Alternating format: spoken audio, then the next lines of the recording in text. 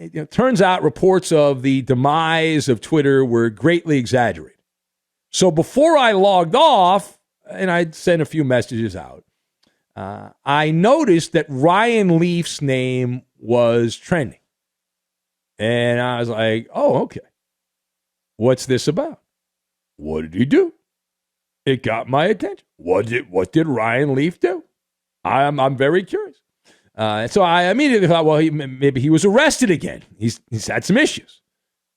So maybe that's it. And I was like, well, I don't know. And then so I said, well, wait a minute. Maybe he was injured. Maybe there was some kind of accident or something like that. He was frying a turkey and he got burned. And then I was like, no. Did he die? Maybe there was an accident, a car accident. He died. So I clicked on the clickbait and I was like, oh, interesting. Now, if you didn't hear about this because you're not in that world, good for you not being in that world.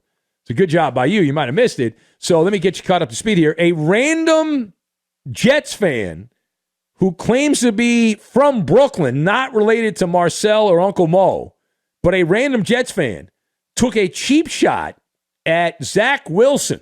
Stay with me. There'll be a test on this later. So the random Jets fan took a cheap shot at quarterback Zach Wilson by saying, really can't believe we picked Mormon Ryan Leaf. So that's like a double whammy.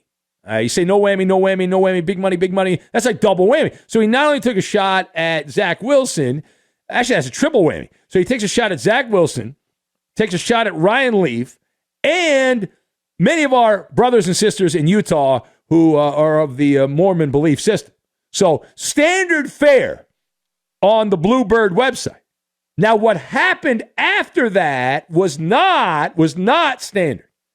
So this Jets fan, again, follow along. Jets fan takes a shot at Zach Wilson saying, we really can't believe we picked Mormon Ryan Leaf. Really can't believe we picked Mormon Ryan Leaf. So 13 minutes later, knock, knock, who's there? Ryan. Ryan who? Ryan Leaf. Ryan Leaf, the actual Ryan Leaf, one of the great busts of all time from Washington State for the San Diego Chargers back in the day. Ryan Leaf responded 13 minutes later. He said, yes, you can, to the Jets fan. You're the Jets. It's what you do. Well, okay. So the fan then fired right back by saying, hey, Ryan, respectfully, shut the F up. He said the actual F word. You're worse than a Mormon that can't throw a ball straight. Well, now it was on like Donkey Kong. At that particular point, it was on. Right? I mean, it was, you had the back and forth, and Ryan Leaf responded. The guy comes back, counter punches, and then Leaf delivered a brutal rebuttal. Heard round the social media platforms. Ryan Leaf, long out of the NFL world, said, I've had a better life. This is a quote. I've had a better life than Jet fans the last decade, and I spent 3 of those years in prison. Respectfully, of course, close quote. Oh, it's great. It's wonderful. Guys, I had a better 10 years, and I spent 3 of them, 30% of those years, in jail. All right, so let us discuss the question. How did you score the verbal sparring match between Ryan Leaf and a random Jet fan claims to be from Brooklyn? So I've got elbow, Sun Tzu, and strategic. And we'll tie all of these random things together, and we are going to make a knuckle sandwich, which is essentially a metaphorical knuckle sandwich, is what Ryan Leaf delivers. So we go right to the judges' scorecards on this, and looking at the CompuBox stats, if you look at total punches landed, jabs landed, power punches landed, all of them in favor of the former San Diego Charger bust, the number 2 pick, to Peyton Manning, and that would be Ryan Leaf, who wins this fight 1 round, 10-8. 10-8, the judges' scorecard in favor of Ryan Leaf. He completely dominated the back and forth, the yin to the yang. Now, it did start as a friendly banter. This was not a knockout. I'll explain why in a little bit, why it wasn't a knockout. But Ryan Leaf playfully took a jab at the Jets. And then the guy responded. And at that point, Ryan Leaf had to go to the elbow. He had to go to the elbow. Not just your normal elbow. You know what elbow? The atomic elbow. And he went flying down with the atomic elbow from the top rope for nuclear mass destruction. Oh, my, I can't believe it. Saying that he had a better life than Jet fans over the last decade and spending 3 of those years in jail. That is good afternoon, good evening, good night. Game, set, and match. The Jet fan cooking over a charcoal barbecue at that particular point. All right, now page 2. What is the moral of the story for future social media tough guys that get into fan dust-ups? All right, so this is, I believe, a teachable moment. I'm going to tell you why. Sun Tzu, he wrote a book, The Art of War. Less than 100 pages. Less than 100 pages, a book, and he's been dead for hundreds of years, but a book that is still quoted to this day. The words of wisdom from Sun Tzu. And one of his lines was, know thy enemy.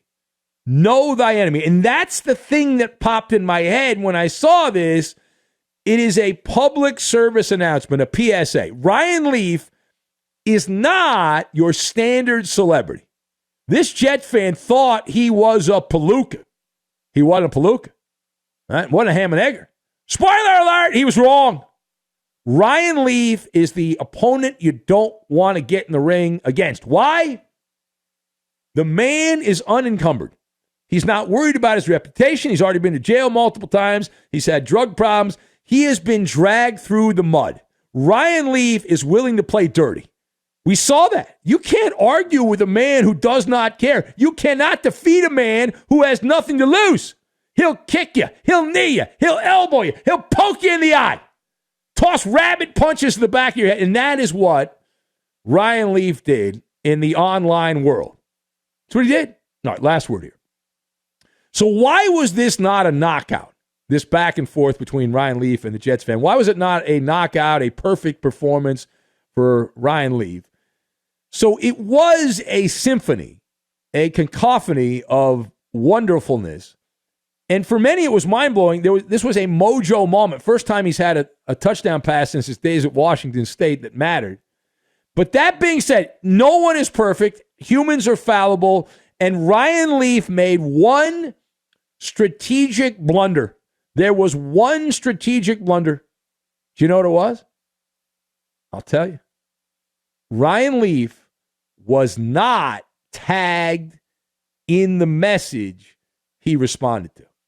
Now, what does that mean in layman's terms? In that world, people log on and they'll click to see where they were mentioned. And it'll show you because if you tag someone in a message, and I get tagged in a lot of things, and sometimes I'll check that out and see why are people tagging me in random bullcrap.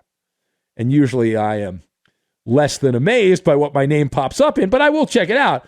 But that's what he did is next level. Because Ryan Leaf, in order for him to respond to this, he had to be searching his name on the microblogging website. And that is always a douche move. You're the celebrity. You're the famous person. Stay in your lane. Now, I've had this happen to me where I got into it with the creepy quarterback before he was the creepy quarterback, Deshaun Watson, because he was searching his name. I also got into it with Geno Smith, so a couple starting quarterbacks in the NFL, but they were both in college at the time, and they were upset with things I had said and written on social media, but they searched their own name, which is a douche move. So, as LeVar Ball said back in the day, the great poet laureate, stay in your lane, as we said. So, Ryan Leaf clearly does not have a social media manager. I'm glad he's doing all right. I had Ryan on my podcast a couple years back, and he's hanging out in SoCal. I think he's doing some satellite radio stuff, college football commentary. He actually did some stuff at our place. I don't think he is anymore, but hanging out there and having a wonderful time, clicking refresh and seeing who's writing his name on social media. And then, boom, just like that, he gets involved in it, gets involved in the fun. Oh, what fun it is